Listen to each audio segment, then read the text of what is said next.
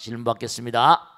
네, 박수로 맞으세요. 고맙습니다. 네. 네, 해보세요. 안녕하세요. 네. 60기 배견덕화입니다. 네, 고맙습니다. 네. 산보님께 기의합니다. 네, 고맙습니다. 네. 스님과 이렇게 수행에 대해서 집중적으로 공부를 하니 네. 정말 좋은데요. 네. 스님께서 설명하실 때는 금방이라도 따라할 것 같은데 막상 해보려면 잘 안 되거든요. 네네네. 스님께서 수행을 하실 때는 처음 수행하실 때는 어떤 부분이 잘 안 되셨는지 궁금합니다. 네, 박수로 맞으세요. 네, 당연해요. 당연해요. 뭐든지 처음에 금방 잘 된다는 건 쉬운 일이 아니에요. 처음서부터 뭐 당장 우리가 전생의 기억을 깡그리 잊어버리고 나오는데 뱃속에 있을 때 그잖아요, 그죠? 엄마한테 다시 아버지한테 다시 배우잖아. 그러니까 전생에 내가 뭐 수행을 많이 했다 하더라도 금생에 나오면 또 새로운 길을 어려서부터 다시 태어나서 가야 되니까. 그러니까 방법은 뭐냐면 그래서 이제 유명한 가르침 있잖아요. 뭐냐면 제가 항상 드리는 말씀이잖아요. 뭐냐면 그런 말이 그냥 여벌로 나온 게 아니에요. 뭐냐면 인생이란 어떤 그런 그 100년이라고 하는 세월도요. 금방 60대고 금방 가버립니다. 그러니까 3살적 버릇이 뭐라 80까지 간다고 하는 것처럼 버릇을 잘 길러줘야 됩니다. 아이들에게도 뭔가 아니 버릇을 잘 길러주고 여러분도 정말 수행을 버릇처럼 수행을 뭐 버릇이란 말 좀 해주면 수행을 그러니까 이른바만 버릇은 뭐죠? 반복을 말해요. 반복. 그러니까 반복이 신을 만들고 반복이 부처를 만듭니다. 그러니까 뭐냐면 교육학에도 뭐라 repetition 반복은 뭐라 최상의 학습법이라고 나오거든요. 처음에 누가 무슨 처음부터 잘한 사람이 어디 있겠어요. 자꾸만 뭐라 하는 사람이 임자입니다. 그게 뭐 1만 시간의 법칙이니 뭐니 하잖아요. 1만 시간 정도 돼야지 뭔가 한지견이 나오는 것처럼 하루에 2시간씩 하면 1만 시간이면 5,000일 5,000일이면 10년이에요. 10년. 하루에 2시간씩 매일 하면 10년 해야 된다는 거예요. 무슨 말씀이 하겠죠? 10년은 해야지. 하루에 3시간씩 한다. 한 10년 해야지. 그래야지 나름대로 뭐가 1만 시간의 법칙. 뭐 나름대로 뭔가 길이 열린다는 거예요. 꾸준히 해야 돼요. 그러니까 연습이 뭔가 대가를 만드는 거지 갑자기 되는 법은 없어요. 그러니까 제가 항상 드린 말씀이 습이란 말 때 습관할 때 그 습이란 말이 학습할 때 습도 똑같잖아. 교습이나 수습이나 다 똑같은 거 아니에요. 그게 뭐냐면 날개 쪽지 2개에다 뭐라 밑에 뭐라 100자를 썼잖아요. 습이란 말이. 새도 날려면 뭐라 날개를 100번을 퍼득거려야지 그 날개 힘이 붙어서 날라는 거예요.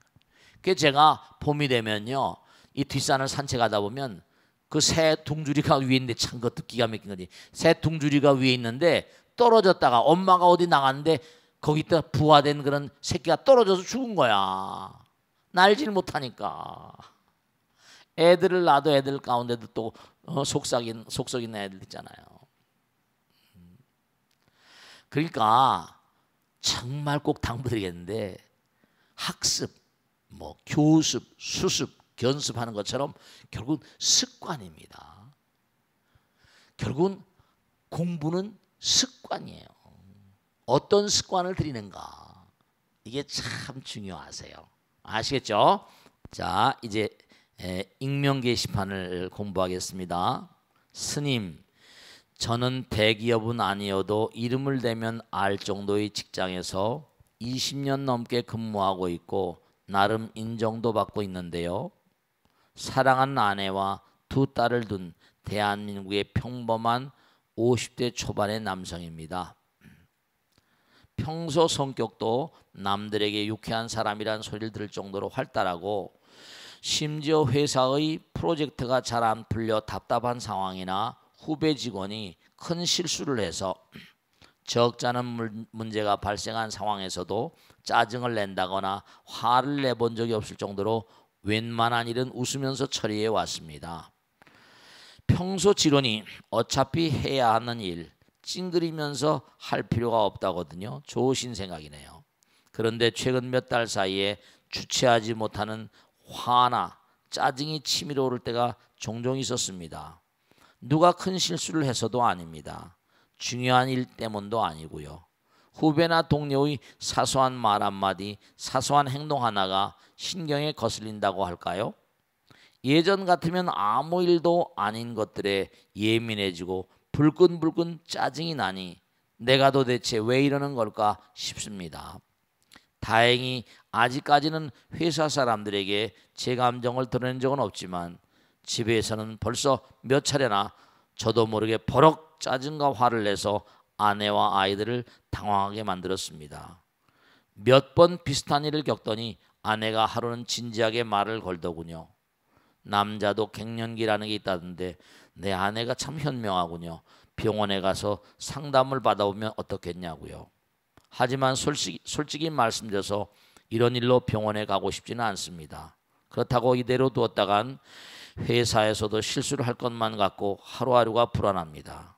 스님, 그동안 살아오면서 한 번도 수행을 해본 적이 없는데 이런 저도 수행을 하거나 기도를 하면 증상이 좋아질까요? 당연하죠. 자, 잘 들으세요. 우리 몸이라는 게요, 저도 이제 이렇게 살잖아요. 몸이 정말 변합니다. 나이에 따라서 50대가 다르고 또 70대가 다르고요. 쭉 지나온 날들 보면요, 당장 지난번에 말씀드렸잖아요. 뭐냐면 남자나 여자나 아이를 낳을 부분에는 남성이면 남성 호르몬이 왕성하게 쏟아져 나옵니다. 그게 아이를 낳잖아요. 여성 호르몬도 마찬가지예요. 근데 나이가 점점 들어가면 들어갈수록 되죠. 이제 더 이상 아이를 낳게 되면 아내가 나이도 들고 근데 애를 자꾸만 낳으면 아내도 몸에 타격이 오잖아요. 남편도 애를 낳고 하려면 남편도 점점 뭐라? 왜냐? 기계가 점점 뭐라? 노후화되니까. 기계가 진짜로 노후화됩니다. 이게 몸뚱아리 기계와 똑같죠. 그러니까 뭐냐? 호르몬의 생성량도 점점 줄어들고 더욱더 신경 쓸 일이 뭐라? 많아지잖아요. 그 기계 자체가 노화됩니다. 그러면 어떻게 되는 거 아니? 몸 안에 호르몬의 분비 정도라거나 여러 가지 시스템들이 많이 바뀌게 돼 있어요. 중요한 걸 말씀드리면 우리 몸뚱아리는 매일같이 수많은 세포들이 죽고 새로 수많은 세포들이 뭐라? 새로 생겨납니다. 어떻게 보면 삶을 떠받치고 있는 건 죽음이라고 말할 수 있어요. 세포의 수명이 오래 가봤자 90일, 100일도 안 넘거든요. 대부분의 세포들이. 그러니까 이게 점점 가게 되면 어떻겠습니까? 젊을 땐 기계가 좋으니까 좋은 세포, 양질의 세포가 많이 나오지만 나이가 들면 들수록 기계가 노화되니까 나오는 제품도 뭐라? 점점 어때요? 기능이 많이 떨어지는 세포들이 나오죠. 50대가 되면 대체로 분기점입니다. 분기점이에요. 그러니까 이럴 때 물론 한번 꼭 병원에 가보시고 또 의사님 말씀 참고하시고 그 다음에 중요한 건 내가 여기 말씀한 대로 수행을 하거나 기도하는 이것도 참 중요한 거. 왜냐? 너무나 신경을 많이 쓰게 되면 중요한 건 아까 말씀했죠? 마음이 곧 물질이라고. 물질이 곧 마음이에요. 그 스트레스를 많이 받게 되면 우리 몸에 좋은 물질들이 많이 고갈이 되잖아요. 머리는 써야 이렇게 많고, 왜냐면 50대가 되면 인생의 가장 뭐라 골든 타임이라고 볼 수 있거든요. 회사에서는 책임자급이 되고 말이죠. 일 같은 거 프로젝트도 뭔가 하니 맡아서 처리해야 되고 기획도 해야 되고 회사에서 가장 중요한 시기거든요. 그러니까 자기도 모르게 스트레스를 받는 겁니다. 또 주위에서 또 더 기대감이 크고 하면 더 스트레스가 많겠죠. 여러 가지로. 그럼요. 그러니까 꼭 당부드리겠는데 이분은 전문가니 인식해야 될 게 점점 나이가 들면 기기가 옛날같이 않을 수밖에 없다. 많이 노화되는 상황이다. 그러니까 가능한 한 뭔가니 한번 병원에 가서 진단도 좀 받아보시고 자기의 몸의 상태를 한번 체크하시고 그 다음에 기도를 하고 수행하는 것도 너무 중요하시고, 그러니까 이른바 자꾸만 수행하고 기도하면 아까 얘기했잖아요. 하나로 계속 나가면 점점 이 우주는 부처님 나라니까 부처님의 위대한 에너지가 몸과 마음에 작용을 하거든요. 영원히 깃든단 말이에요. 그러니까 뭔가 위대한 수행자들은 영혼과 하나가 돼서 영혼의 힘을 마음대로 하니까 무소부재고 무소불능의 존재가 되는 거잖아요. 그러니까 탁월한 인물들은 보통 중생을 뛰어넘는 어떤 탁월한 능력을 발휘하게 되는 거예요. 아시겠죠?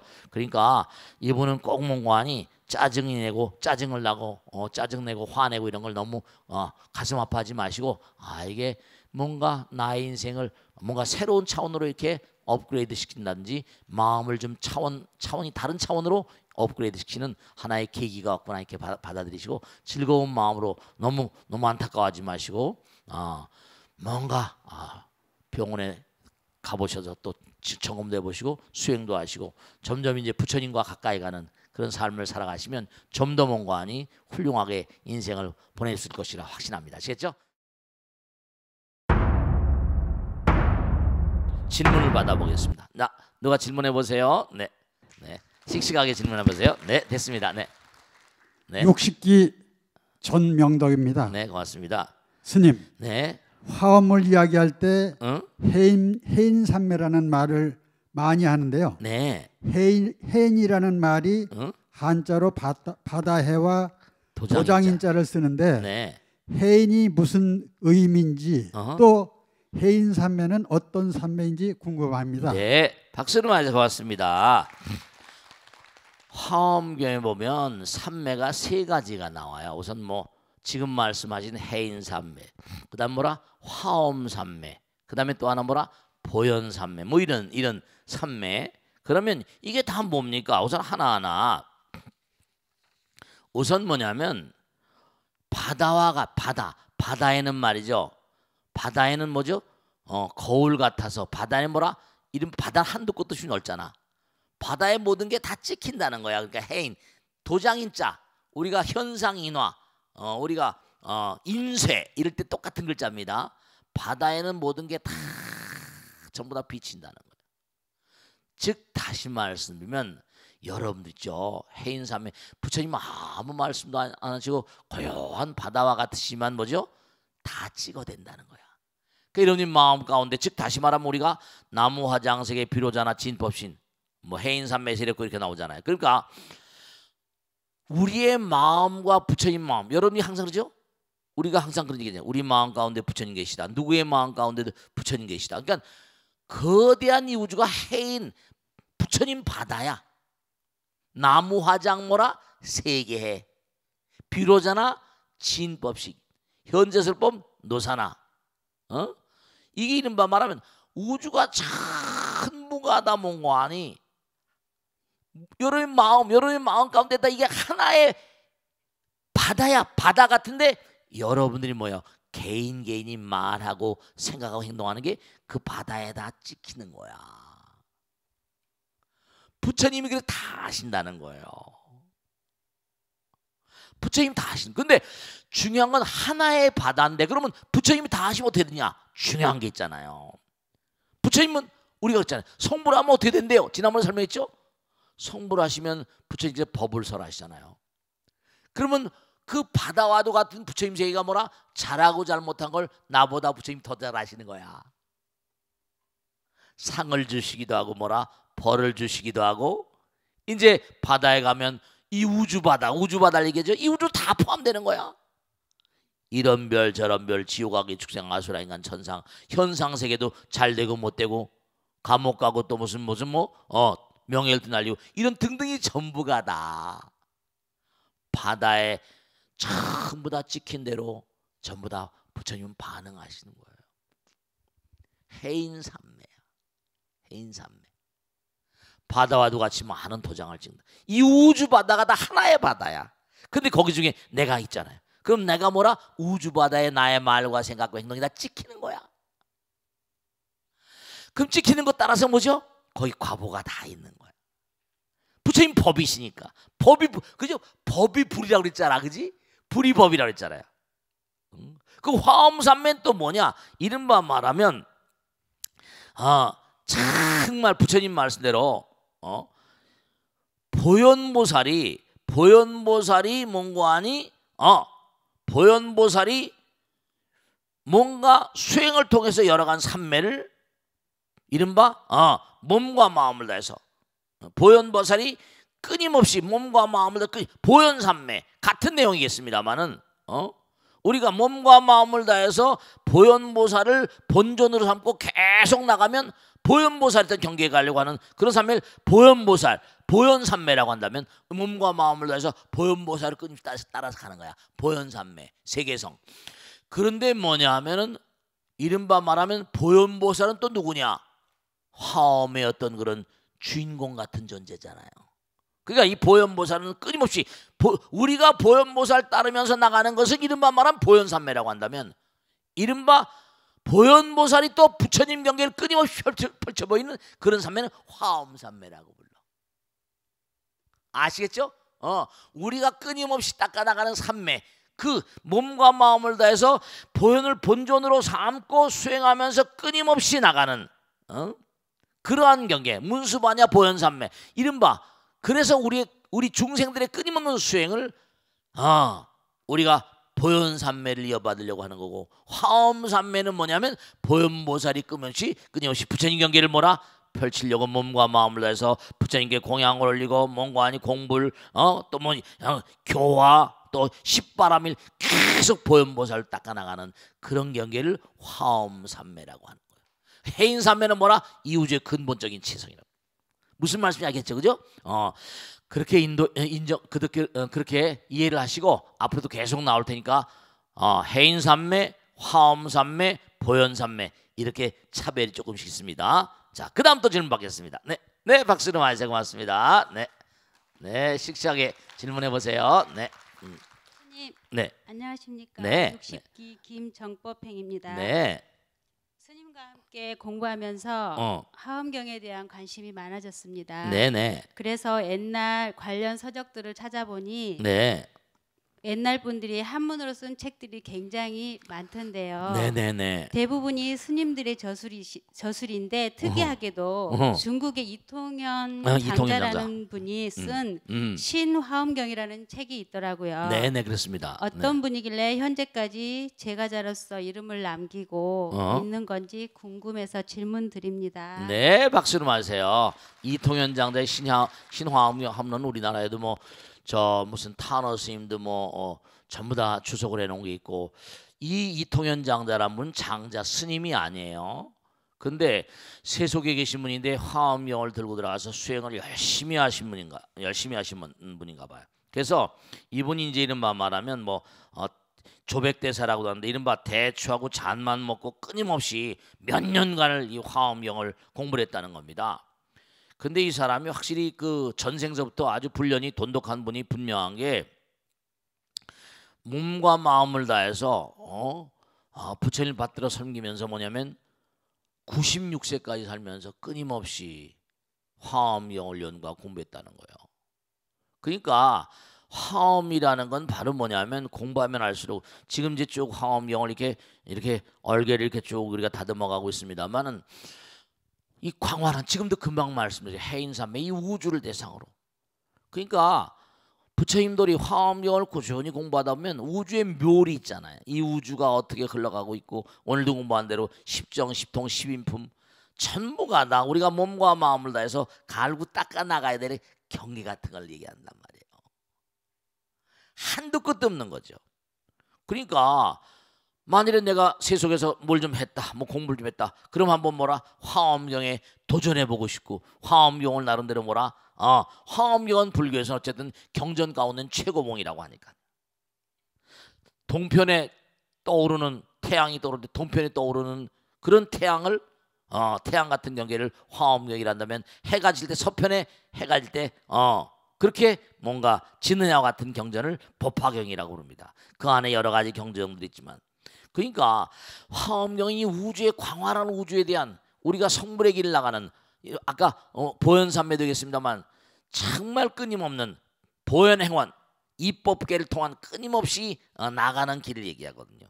그러니까 이게 정말로 우리 중생들로서는 몸과 마음을 다해서 정말로 한번 연구해보고 싶은 대단히 중요한 어떤 그런 그 가르침이라고 볼 수 있어요. 그래가지고 이 통현장자의 신화엄경 함론은 이게 지금도 많은 사람들이 연구하는 그런 내용입니다. 그러니까 이게 꼭 제가 당드리는데 스님들만 뭐 이렇게 스님들만의 이 전유물 같은 게 아니에요. 세속에 계신 분들도 몸과 마음을 다해서 꾸준히 공부하시는 것. 그러니까 어떤 일은 대강을 좀 잡고 이 화엄경 이런 거구나.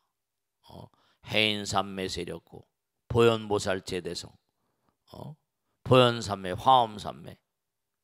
몸과 마음을 다해서 꾸준히 가는데 하여간에 세속에서도 무슨 뭐 이 이통현 장자 말고도 많은 분들이 그것을 뭐 유마거사도 마찬가지예요. 유마경을 부처님과 정말 같은 급의 어떤 그런 같은 급이라고 하면 좀 그렇지만 유마경 문수보살도 쩔쩔맸다고 하고 말씀이죠. 그런 어떤 경계가 있는 거거든요.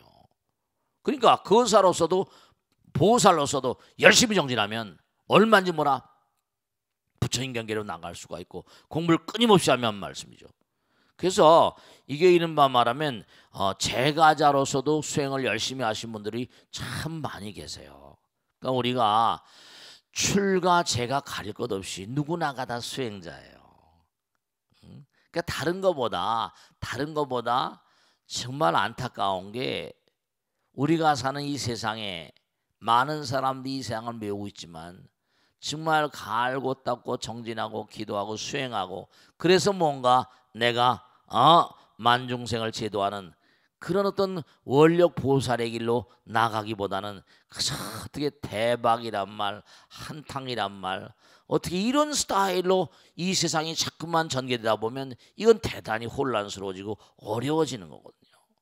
화엄경은 끊임없는 십심, 십주, 십행, 십회양, 십지 뭔가 무슨 등강묘각 해가지고 단계가 다 있잖아요. 물론 돈법 있고 무슨 뭐 돈법, 전법 이렇게 해가지고 그렇게 뭐 돈교, 전교 이렇게 얘기하고 뭐 참선이 뭐 최고다 이렇게 얘기하고 그렇기도 합니다만 중요한 것은 부처님 경에도 그 전에 얘기했잖아요. 음식을 먹어보니까 너무 맛있는 거예요. 이게 왜 이렇게 맛있는데 거기다 간을 잘 맞췄습니다. 소금을 넣습니다. 그때 뭐라? 소금을 한 움큼을 집어넣었단 말이에요. 짜서 먹을 수 없는 것처럼 한꺼번에 뭐가 탁 돼서 하면 음식을 배려버리는 거예요. 다 모든 게 slow and steady, 견실하게 나가는 끊임없이 정성스러운 마음으로 성실과 정성으로 지성으로 그렇게 나가는 게 중요하고 이통현 장자는 세속에 있으면서도 가정생활하면서도 이렇게 충실하게 수행을 해서 많은 그런 그 수행자들도 이분의 그 신형 화엄경 합론을 많이 공부를 하는 그런 내용입니다. 아시겠죠? 자, 익명 게시판을 보겠습니다. 스님, 저희 부모님이 법고대통의 열렬한 팬이라 제가 스님께 사연을 보내면 틀림없이 저희 아버지도 보실 거라 생각해서 기대를 안고 고민을 말씀드리려고 합니다. 이제 아버님이 이걸 보셨으면 좋겠네요. 스님, 저는 저희 아버지가 올해로 연세가 73이십니다. 뭐 얼마 안 되셨네. 젊어서부터 워낙 부지런한 분이셔서 휴일이라도 아버지가 낮에 자리에 누워 TV를 본다거나 낮잠을 주무시는 모습을 본 적이 없습니다. 높은 직위는 아니었지만 구청에서 평생을 공무원으로 근무하셨고 직장에 다니는 동안에는 옥상이며 집 근처 짜투리 땅에 텃밭을 부지런히 갖고 당신이 수확한 작물들을 주변에 나누는 게 취미셨는데요. 퇴직한 후에는 아예 집 근처에 작은 가게를 하나 내서 직접 키운 채소며 아버지 고향에서 공수해온 유기농 과일, 채소들을 팔고 계십니다. 혈압에 당뇨, 디스크까지 있으셔서 제발 쉬엄쉬엄 하시라고 해도 뭔가에 한번 꽂히면 본인이 만족할 만한 끝장을 봐야 하는 성격이라 좀처럼 말을 듣지 않으시는데요. 이런 아버지가 올해 초부터 두부에 꽂히셨습니다. 직접 당신 손으로 몸에 좋은 최고의 두부를 만들겠다며 두 팔을 걷어붙이셨는데 문제는 이게 노인이 혼자 하기엔 너무 힘든 작업이라는 겁니다. 어머니도 70이 넘으신데다가 심장도 약하시고 관절이 굉장히 안 좋으셔서 무리하면 안 되시는데 아버지가 새벽부터 텃밭 가꾸고 가게 꾸리는 틈틈이 두부까지 만들겠다고 하루에 서너 시간도 잠을 안 주무시니 어머니까지 매일 쪽잠에 고생을 하고 계십니다. 얼마 전에는 어머니가 급성빈열로 응급실까지 다녀오셨다고 하는데요. 저러다 아버지든 어머니든 쓰러지실까봐 너무 걱정이 됩니다. 스님, 저희 아버지 좀 말려주시면 안 되겠습니까? 부탁드립니다. 이거 좀 어렵겠는데요. 중요한 건 말씀이죠. 이분이 타고나기를 우선 말씀이죠. 타고나기를 아주 부지런한 어떤 성품을 가지고 계신가 봐요. 그리고 또 하나는 또 공무원 생활을 오래 하시다 보면 공무원 생활 하신 분들은 그래도 뭔가 아니 국가관이랄까? 뭐 여러 가지 공무원들에 대한 타박을 많이 하시지만 그래도 국가와 민족을 위해서 헌신하신 공복이니까 또 나름대로 그런 부지런한 점이랄까? 그런 점이 다 몸에 배셨나 봐요. 그런데 제가 하나 말씀드릴게요. 저도 강남에 와서 부처님 말씀을 몸과 마음을 전달하면서 열심히 산다고 살았는데요. 진짜로 항상 과하면 화가 되거든요. 그럼 뭐냐? 내가 쓰러지면 내가 문제가 아니라 뭐죠? 이렇게 여기 지금 너무 하니까 우선 아내도 너무 힘겹고 아내도 이 보살님도 훌륭하신 보살님 같으세요. 왜냐하면 남편이 그렇게 한데 그냥 같이 따라서 그렇게 하시니까. 그러니까 이제 사람마다 그런 거 있잖아요. 몸무게도 그렇고 체력도 그렇고 헤비급 있는가 하면 라이트급도 있거든. 그 라이트급은 라이트급에 맞는 그런 그 부처님께서 항상 중도라는 말씀하세요. 너무 검은고가 뺑뺑해도 안 되고 느슨해도 안 되고 적절하게. 근데 이분은 아들 딸들이 이렇게 걱정을 할 정도면 대단히 좀 검은고가 뺑뺑이 조여주신 것 같아. 그러니까 불교의 근본 논리가 뭐죠? 중도라고 지금 그러셨잖아요. 너무 뺑뺑해도 안 되고 느슨해도 안 되고 너무 그냥 뭐 칼같이 그냥 이렇게 따지고 그러시는 것보다 부처님 말씀 그대로 한다면 이런 게 있거든요.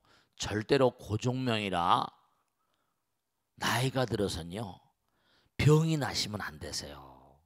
우리나라 무슨 평균 연령이 80 뭐 가까이 된다는데 일본은 보통 건강 나이가 드셔도 건강한 연령이 70 몇 살까지랍니다. 그러니까 몇 년 정도 골골하다가 이제 보통 돌아가시고 한다는데 우리나라는 80까지 평균 연령이라 하더라도 골골한 연령이 15년 이상 된다는 거야. 60대 중반서부터. 그러니까 이분은 굉장히 건강 체질 같으신데 중요한 건 뭐냐면 병 들어서 돌아가시게 되면 영혼도 대단히 불편하단 말이에요. 그리고 아들 딸도 걱정시키니까. 그러니까 우선 불교적인 논리로 한다면 저도 그래가지고 막 그냥 살다가 쓰러져가지고 병원 신세지고 말이에요. 수술하고 막 그 의사 선생님이 그러더라고. 너무 이렇게 몸을 보니까 스님이 너무 몸을 혹사하신 것 같다는 거예요. 좀 제대로 이렇게 뭔가 이렇게 뭔가 제대로 저한테 이제 의사 선생님 하신 말씀이 제대로 뭔가 아니 이렇게 삶을 잘 그렇게 마감을 주시면 이제부터 몸 관리를 좀 잘하셔야 됩니다. 하는 것처럼. 그렇죠. 모든 만상이 너무 무리하면 무리술 두면 어떻게 돼요? 재앙이 오잖아요. 그러니까 이분도 뭐냐면 끝장을 보는 성격이라고 그랬고요. 뭐 보면 저와 꼭 닮은 성격 비슷합니다. 근데 꼭 당부드리겠는데 부처님 말씀에 중도의 도리를 좀 한번 생각해보세요. 중용이란 말 공자님은 중용이라고 그랬잖아요. 그죠? 너무 몽고하니 나는 열심히 하지만 그러면 되는 거 아니 지켜보는 사람들 있잖아요. 그러니까 이 테레비를 보시게 되면은 여기다 다른 건 다 놔두시고 제가 보면 혈압도 있으시고 당뇨도 있으시고 디스크까지 있으시다 그랬는데 그러니까 뭔가 아니 두부 만드는 것도 좋으시지만 우선 혈압이 높으시면 어떻게 돼요? 혈압이 높으시면 이건 뭐냐면 적절하게 여러 가지 생각할 게 많고 당뇨도 마찬가지. 이른바 말해 이런 분들은 스트레스도 많이 받으셨던 분 같은데 좀 이렇게 쉬엄쉬엄 좀 하시면은 여기 쉬엄쉬엄 또 두부 그것도 저도 두부를 제가 옛날에 만들어봤는데 그것도 쉬운 일이 아닙니다. 막 그냥 콩도 막 으깨야 되고 뭐 물을 내야 되고 뭐 굳혀야 되고 간수도 뿌리고 뭐 여러 가지 작업이 복잡합니다. 절에 있다 보면 두부를 만들 때가 있거든요. 그러니까 어머니까지 또 급성빈열로 뭐 응급실까지 다녀오셨다고 하니까 자기가 열심히 한 건 좋지만 가족들한테도 불편함을 드리고 그러면 그것도 업이 된다. 그것도 내가 뭐 열심히 한다고 그래서 가족들에게까지 괴로움을 안기면 또 자기 본인도 지금 뭐 여러 가지 이거 뭐 이렇게 장담할 처지가 아니시니까. 아시겠죠? 그러니까 부처님 말씀대로 부처님 말씀은 중도의 도를 따라서 적당주의가 아니라 너무 무리수를 두지 말고 몸이 감당하고 가족들도 같이. 그래서 뭔가 한 세상 살아가는데 뭔가 지금까지 살아온 날들이 뭔가 평안하게 정리될 수 있도록. 촛불을 보면 촛농이 다 촛자루가 다 타잖아요, 그죠? 그래서 꺼지는 것처럼 가다가 초가 중요한 건 뭐냐? 촛자루가 내가 받고 나온 촛자루가 있단 말이에요. 이게 다 쓰러졌으면 좋은데 이게 뭐냐? 타다가 그냥 뭔가 아니 중도에 꺼져버리면 뭐라 애석함이 많아버리고. 애석함이 많아. 그러니까 이분은 벌써 몸을 많이 혹사하신 게 분명한 게 혈압도 있고 당뇨 디스크까지 있으시니까 그동안에 몸을 너무 과도하게 그렇게 부리신 것 같아. 자, 제가 말씀은 자기 몸과 마음을 사랑하셔야 돼요. 몸을 좀 어루만져 주세요. 야, 참 고생한다 너. 하루 얼마나 고생해. 심장도 이렇게 하루 온종일 너무너무 고생하는구나. 그걸 자비수관이라고 하는 것처럼 내 손이 부처님 손이라 생각하고 몸을 좀 어루만져 주시고 너무 힘들게 그렇게 하지 마시라고. 이것도 뭐라 다 부처님으로 받은 거니까. 아시겠죠? 자, 여기서 모두 마치겠습니다. 대단히 감사합니다. 고맙습니다. 네.